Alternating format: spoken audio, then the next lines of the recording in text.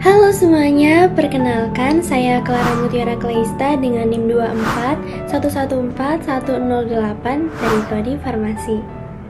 Apa sih yang ada di benak kalian kalau mendengar kata korupsi?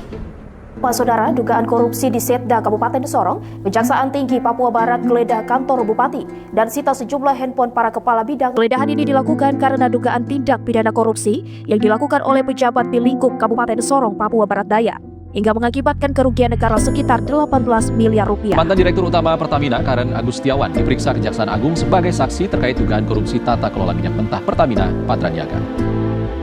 2025, Kejaksaan Agung menahan sebanyak 7 tersangka kasus dugaan korupsi, tata kelola minyak mentah dan produk kilang yang melibatkan subholding PT Pertamina dan kontraktor kontrak kerjasama periode 2018 hingga 2023. Kasus dugaan korupsi ini diperkirakan merugikan negara hingga 193,7 triliun rupiah. Korupsi sudah seperti penyakit kronis di negeri ini. Hampir setiap minggu kita mendengar berita tentang korupsi. Mulai dari yang levelnya kecil hingga yang besar, yang menyeret triliunan rupiah. Miris ya? Dan yang lebih memprihatinkan, kadang pelakunya justru orang yang kita percaya. Yang digaji oleh negara, yang kita pilih saat pemilu, yang seharusnya mereka ini bekerja untuk rakyat, justru malah menguras uang rakyat.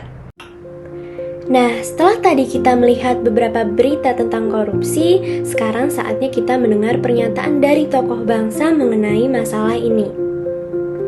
Di acara Hari Anti Korupsi Sedunia, Presiden Jokowi menegaskan bahwa pemberantasan korupsi bukan hanya sekedar masalah statistik, melainkan membangun sistem pencegahan. Mari kita simak pernyataannya. Pendidikan anti korupsi harus diperluas untuk melahirkan generasi masa depan yang anti korupsi. Tetapi membangun sistem yang menutup peluang terjadinya tindak pidana korupsi juga merupakan kunci utama. Semua lembaga pemerintahan harus terus meningkatkan transparansi, meningkatkan akuntabilitas, melakukan penyederhanaan proses kerja dan proses pelayanan kepada masyarakat untuk meminimalisir peluang korupsi sekaligus meningkatkan kualitas pelayanan kepada masyarakat. Dengan langkah-langkah yang sistematis, yang sistemik dari hulu sampai hilir, kita bisa lebih efektif memberantas korupsi, lebih efektif memberantas kemiskinan dan mengurangi pengangguran, dan menjadikan Indonesia negara maju yang kita cita-citakan. Pak Jokowi ingin kita tidak hanya terjebak dalam angka-angka, seberapa banyak sih koruptor yang tertangkap?